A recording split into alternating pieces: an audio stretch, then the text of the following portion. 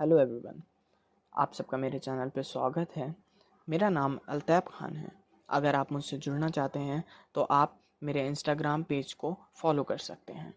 आज के इस वीडियो का टाइटल है unveiling India's preamble, a journey into our constitutional essence.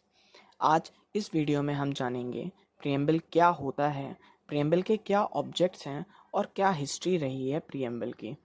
Preamble हमारे प्रीलिम्स और मेंस दोनों के लिए इम्पॉर्टेंट है। प्रेम्बल जो है वो इंट्रोडक्टरी पार्ट है हमारे कॉन्स्टिट्यूशन का, जैसे कि बाकी स्टैट्यूट्स होते हैं जो कि लेजिस्लेचर के द्वारा पास करे जाते हैं। For example IPC, CRPC, CPC, इन सब में स्टार्टिंग में ही इंट्रोडक्टरी पार्ट प्रोवाइड है जिसको हम प्रेम्बल के नाम से जानते हैं। So will just have a look preamble क्या होता है। Now let's read with me. We, the people of India, having solemnly resolved to constitute India into a sovereign, socialist, secular, democratic republic, and to secure to all its citizens justice, social, economic, and political liberty of thoughts, expression, belief, faith, and worship, equality of status and of opportunity, and to promote among them all fraternity, assuring the dignity of the individual and the unity and integrity of the nation.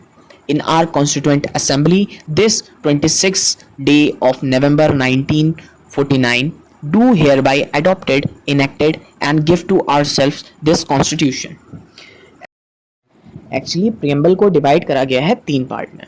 The first part is declaratory, जो कि बताता है we the people of India ने adopt करा है ये preamble in their constituent assembly and gave to ourself this constitution. The second part is resolutionary, जो कि डिक्लेयर करता है India to be a sovereign, socialist, secular, democratic and republic. And the third part is promissory, जो कि commitment देता है by the people of India to secure all its citizen, namely justice, liberty, equality and fraternity, और maintain करेगा unity and integrity of the nation. अब हम जानेंगे borrowing and history of the preamble. Preamble आया कहाँ से। ऑन 13 दिसंबर 1946 को Jawaharlal Nehru objective resolutions लेके आए कॉन्स्टिट्यूएंट असेंबली में, जो कि अडॉप्ट करे गए थे 22 जैन 1947 को। जो लैंग्वेज है प्रियम्बल की वो बोरो करी गई थी ऑस्ट्रेलियन कॉन्स्टिट्यूशन से, और जो आइडिया है प्रियम्बल का वो बोरो करा गया था यूएस कॉन्स्टिट्यूशन से। बहुत लोगों को इस चीज़ में कन्फ्यूजन होती है। And the next point is justice, social, economic and political in the preamble वो बोरो करे गए हैं यूएसएसआर और रशियन कॉन्स्टिट्यूशन से।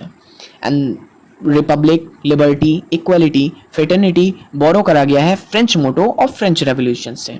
जो टर्म है सोशलिस्ट, सेकुलर और इंटीग्रिटी उनको ऐड करा गया था 42nd कॉन्स्टिट्यूशनल अमेंडमेंट एक्ट 1976 से, जो कि एनफोर्स में आए थे 3 जैन 1977 को। जो पेजेस हैं प्रियम्बल के और जो बाकी पेजेस हैं कॉन्स्टिट्यूशन के उसको डिज़ाइन और डेकोरेट करा गया था ब्योहर राम मनोहर सिन्हा ऑफ जबलपुर के द्वारा। जो इसमें टर्म यूज़ हुआ है federalism, that is union of India, उसको बोरो करा गया था कनाडा से।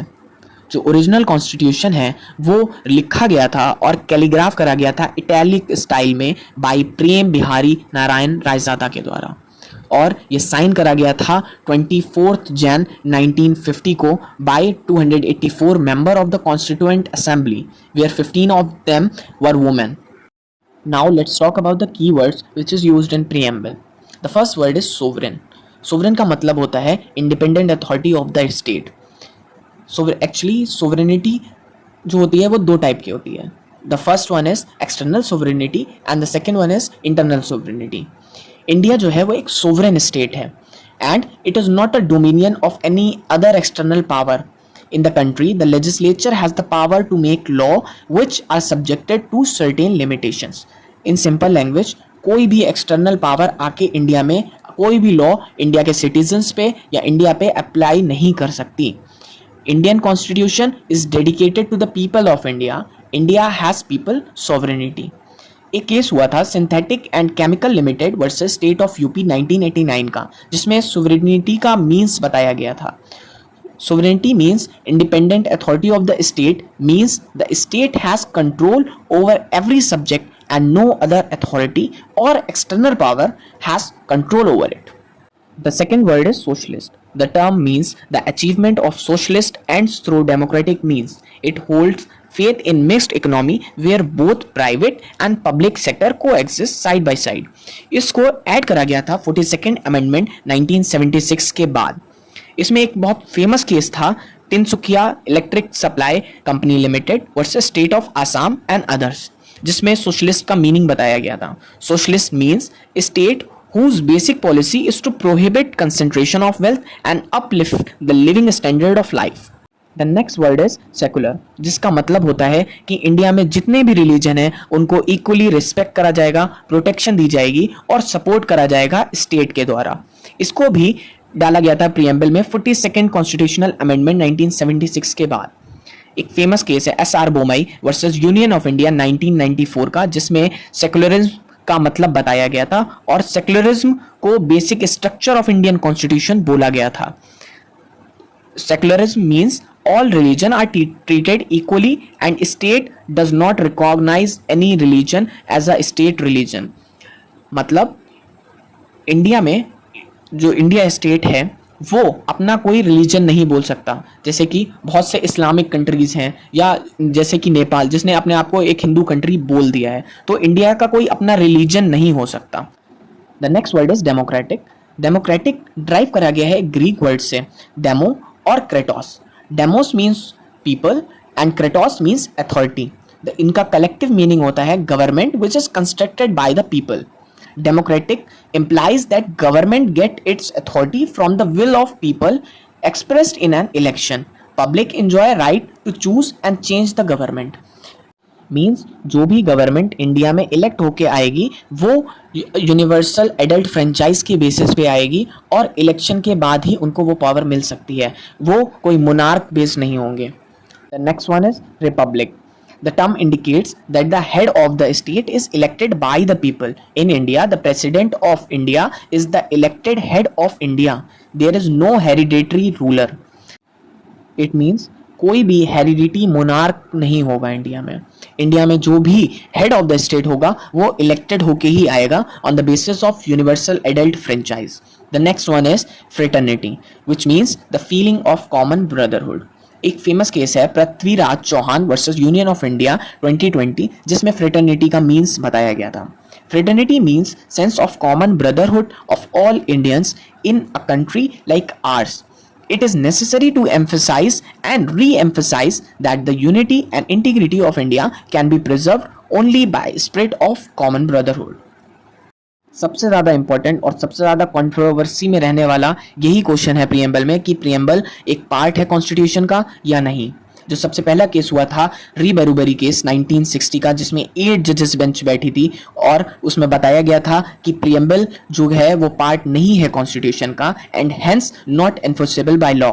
More over it is a key to open the mind of maker. इसके बाद केस हुआ था Kesavananda Bharati case versus state of Kerala 1973 का, जिसमें लार्जेस्ट बेंच बैठी थी अब तक की, जिसमें 13 जजेस बेंच ने ये डिसीजन दिया था कि प्रीएम्बल एक पार्ट है कॉन्स्टिट्यूशन का. इसके बाद एक केस हुआ था union government versus LIC of India 1975 में, जिसमें उन्होंने केशवानंदा भारती केस में जो बात कही थी वो ही सेम बात कहते हुए ये बताया कि preamble is an integral part of constitution but it is not legally enforceable before the court. और उसके बाद SR Bommai versus union of India 1994 के केस में भी ये बात कही गई कि प्रीएम्बल एक इंटीग्रल पार्ट है कॉन्स्टिट्यूशन का. Now the question arises, is preamble is justiciable और नॉन जस्टिसेबल. जस्टिसेबल का मतलब होता है enforceable in supreme court and high court. In simple language, अगर हमारा राइट इन्फ्रिंज होता है तो हम डायरेक्टली सुप्रीम कोर्ट जा सकते हैं या नहीं जा सकते हैं. For example fundamental rights are justiciable, जिनके इन्फ्रिंजमेंट में हम डायरेक्टली हाई कोर्ट और सुप्रीम कोर्ट जा सकते हैं. जो प्रीएम्बल है वो जस्टिसेबल नहीं है. ये कहना गलत नहीं होगा कि it is very helpful in legal interpretation of Indian Constitution and it is not justiciable. In case of conflict between preamble and other provision of Indian Constitution, other provision will prevail. So preamble cannot override the specific provision of the constitution. इसका मतलब ये है कि अगर conflict होता है preamble या किसी अदर प्रोविजन कॉन्स्टिट्यूशन के, तो जो अदर कॉन्स्टिट्यूशन है वो प्रिवेल कर जाएगा प्रियम्बल के ऊपर। मतलब जो अदर प्रोविजन है वो सुपीरियर पोजीशन पे रहेगा और प्रियम्बल उसके इंफीरियर पोजीशन पे रहेगा। Now talk about important facts about preamble of Indian constitution, जो कि प्रीलिम्स में और वन लाइनर में बहुत ज़्यादा पूछे जाते हैं। के मुंशी ने प्रियम्बल को एक पॉलिटिकल हॉरोस्कोप बताया था। ठाकुर दास भार्गव ने कहा था कि प्रियम्बल सोल ऑफ कॉन्स्टिट्यूशन है। नाना पालकीवाला ने कहा था कि ये एक आइडेंटिटी कार्ड है ऑफ द कॉन्स्टिट्यूशन।